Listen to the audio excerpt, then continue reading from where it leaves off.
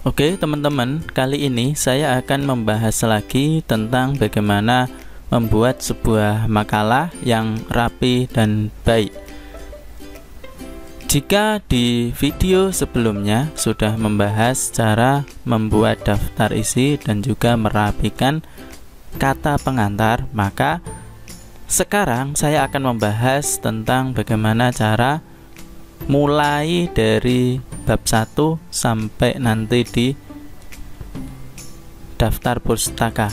Nah, cara yang pertama masuk ke bab 1 pendahuluan. Ini nanti dia ditebal terus rata tengah seperti ini. Terus kemudian untuk latar belakang di daftar isi sebenarnya ada A, berarti nanti di sini juga A, dan seterusnya nanti di rumusan masalah tujuan ini nanti semuanya juga menyesuaikan dengan daftar isi BC. Nah, misalnya yang pertama di latar belakang ini berarti dimasukkan A besar seperti ini. Jika masih muncul di sini B, berarti bisa diatur juga bagaimana menentukan awal huruf. Nah, seperti ini. Ini bisa digeser leave indentnya.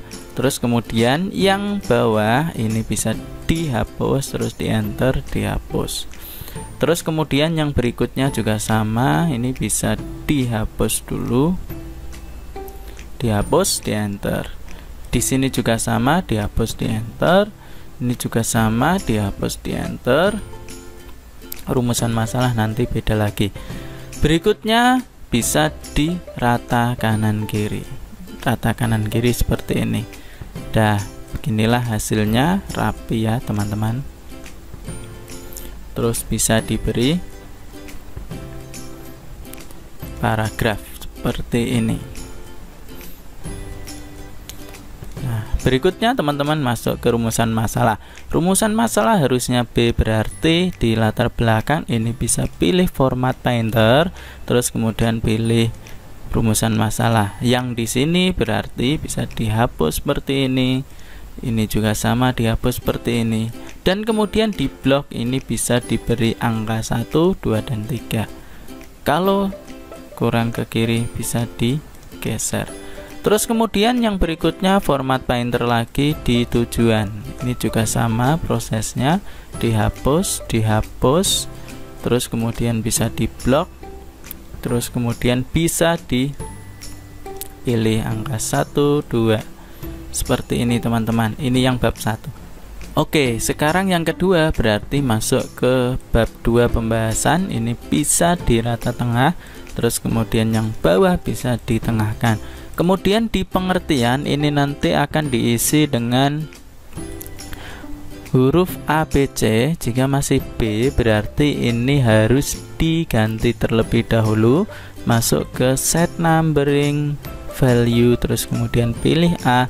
Nah, yang bawah ini bisa kita atur. Misalnya kalau pengen otomatis berarti bisa di blok seperti ini. Jika sudah bisa diblok, terus kemudian bisa diatur. Nah, misalnya sekian, udah selesai. Terus jika di sini kok misalnya ada syarat antara lain, ini berarti angka 1 titik spasi. Terus kemudian yang ini berarti dihapus dulu.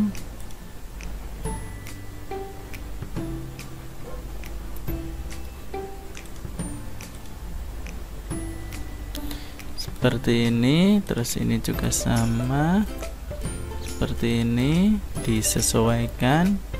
Dan nanti yang 2, 3 dan seterusnya juga bisa menyesuaikan.